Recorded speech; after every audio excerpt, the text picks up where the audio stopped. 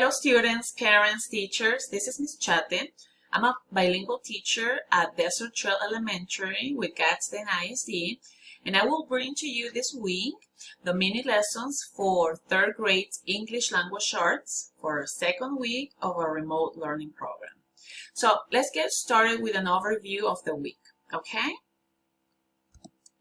So this week, students will analyze a text to demonstrate understanding of main idea, relationship between concepts presented in a text, and they will be able to develop their own point of view. The text will be Treasures in a Pine Cone by Jan Black. In this text, the author explores what causes pine cones to open and close. So, for Monday, let's set the expectations for reading. Our objective today will be students will preview the text and make predictions based on text features. As you can see, this week we will build on what you did last week. The only difference is that we will be working with a different type of text. Okay? So first, based on text features, what genre do you think you'll be reading? You will have access to the text through the website to Common Lit or through a paper version of it. But let's give you an example. This is an article for teachers.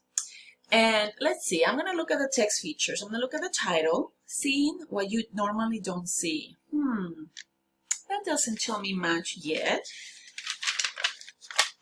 Oh, okay. This text has headings. Has bolded text. Oh, and it has a photograph there. So, okay. Well, I don't see any illustrations. I don't see chapter titles. I see a photograph and headings. So I know that those are some features that belong to nonfiction texts. And I am also going to guess that this is an informational text, especially because it has a photograph towards the end.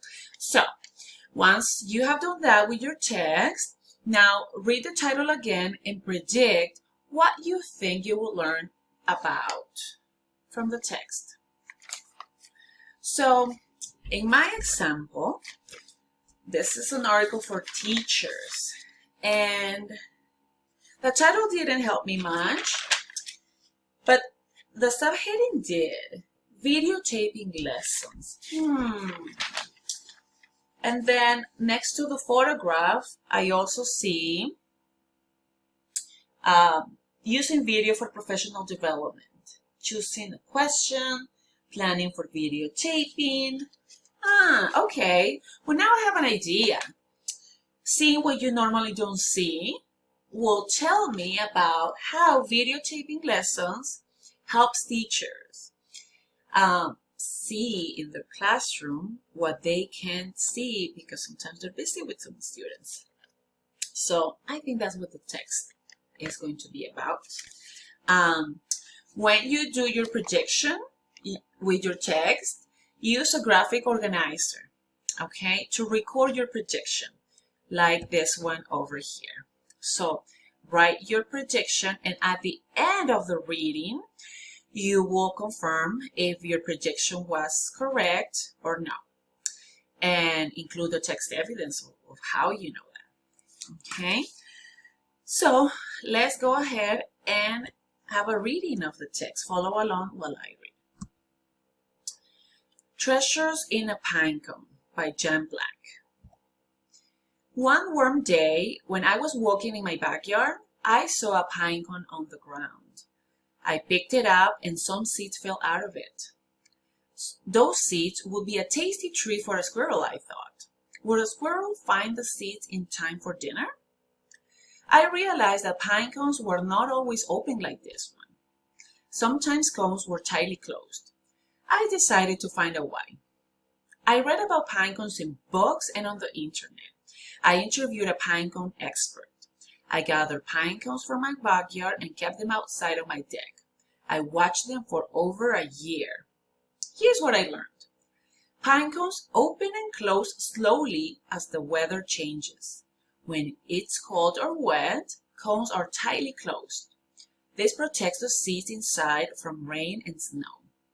When the weather becomes warm and dry, pine cones open. In a forest of pine trees on a hot day, you might even hear the crackling sound of cones popping open. The seeds inside may then fall to the ground. The wind may blow the seeds to places where they can grow into new pine trees. A seed has a better chance of taking root and growing when the weather is warm. Seeds are food too. Pine seeds are an important source of food for animals, says Monty Maldonado. He is a pinecone expert with the United States Forest Service. He says squirrels depend on pinecone seeds for most of their meals. They spend lots of time gathering and storing the cones. Maldonado says some animals eat only the seeds from a pinecone, but red squirrels and gray squirrels will eat the whole thing. Small animals aren't the only creatures who eat pine seeds. Maldonado says big grizzly bears and people eat them too. You may have eaten the seeds of a piñón pine, which grows in the western United States. These seeds are also known as piñón nuts or pine nuts. They are used in salads, pudding, cakes, candy, cookies, and pesto sauce. Seeds inside a pine cone are important for the growth of new trees and as food for animals. It is the pine cone's job to protect and release them, so take note of the pine cones you see on the ground. They hold treasures inside. Oh, what an interesting story. Text. What an interesting text.